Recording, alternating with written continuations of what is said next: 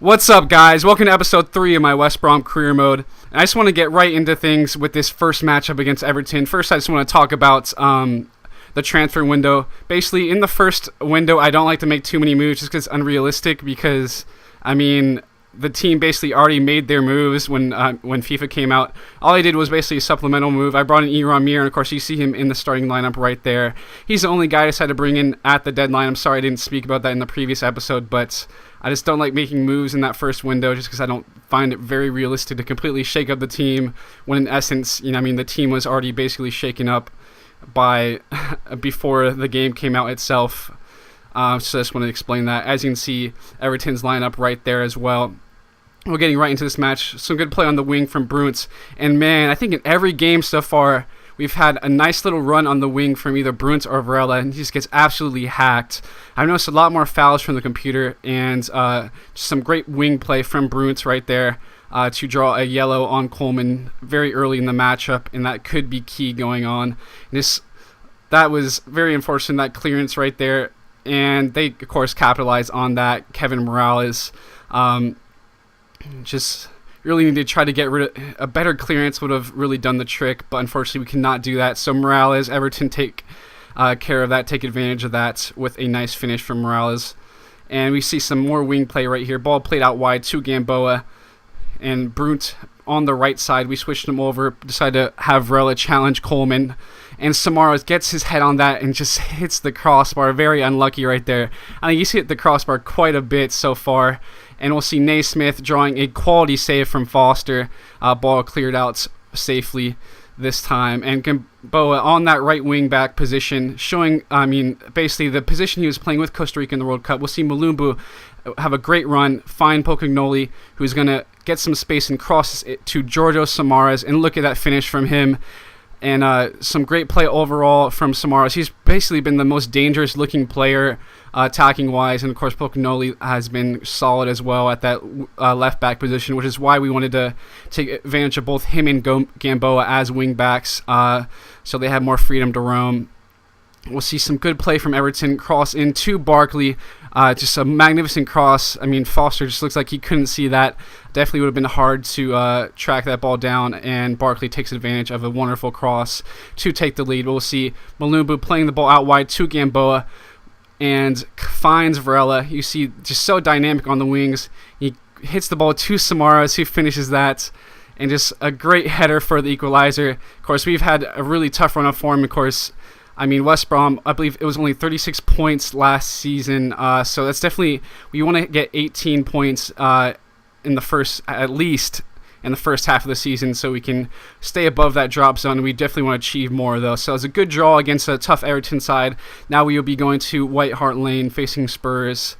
Definitely have a tough squad, a very tough, two tough fixtures in this episode to start it out. So we'll see Tottenham sitting there in 9th place while we're in 19th with 3 points, but definitely so many matches to play, so that can change easily. Spurs with Vorm, Walker, Fazio, Vertonghen, Rose, Capoue, Paulinho, Lamela, Chadley, Eriksson, and Soldado up top.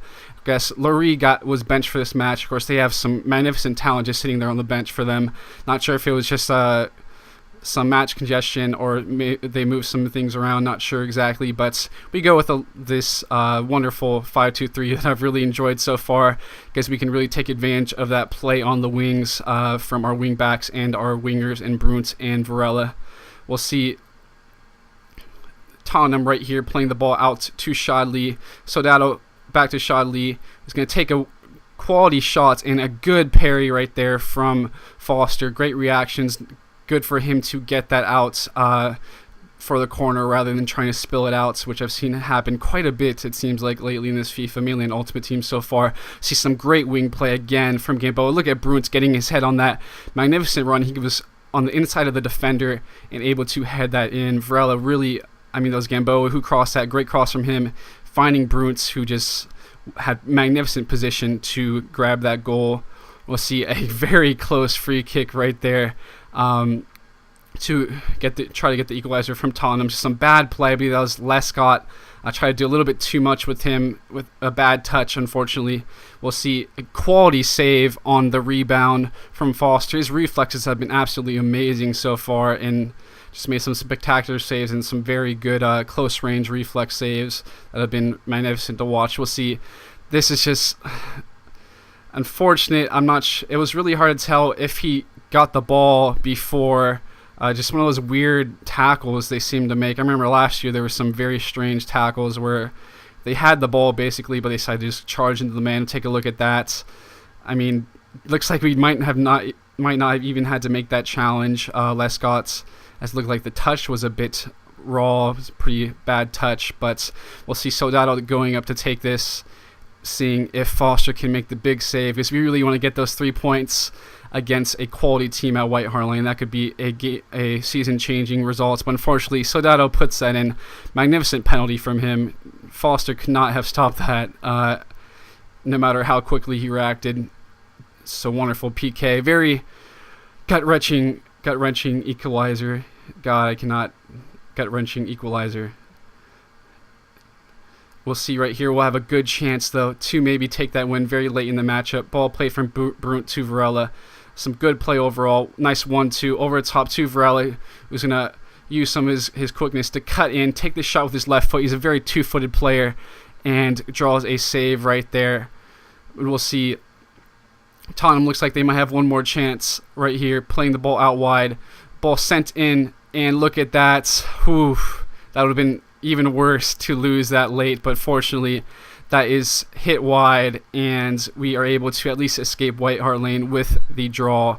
So not a terrible result, but it's definitely tough one to take, considering it looked like we might have had that win in our hands in a very what would have been a possibly season-changing result. We'll get into this Capital One matchup against Newcastle. We're going to be putting out another strong squad for this one, so we really want to just try to get into form, and we don't have fixtures that are very close together, so it's not too much to worry about, as you guys can take a look at the lineup that Newcastle is putting out for this matchup.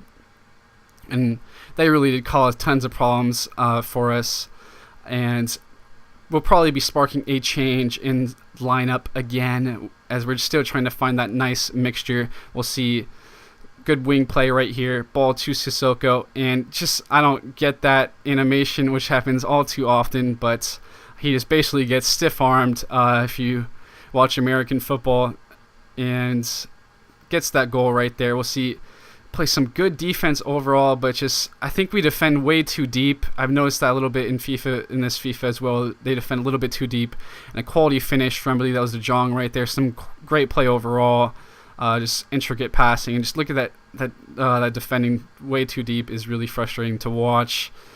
But again, they draw a corner right here. Decent save from Foster. We'll see what they can do on the corner.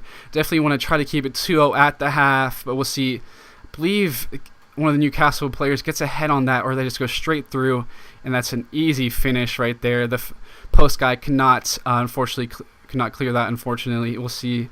Very hard to tell if the Newcastle player did get a head on that or not, but nonetheless, it's 3-0, and we're just trying to grab a goal, maybe get back into this game. We'll see. Defenders are all in the flux, and an easy finish right there. I believe that's from De Jong again, and 4-0 now, and keeps on getting worse and worse, it seems like. Just wanted to get over with, but another ball played out wide, and a quality cross with another goal from, I believe that was De Jong again with the hat trick, and just some good play overall from them. That was a great cross.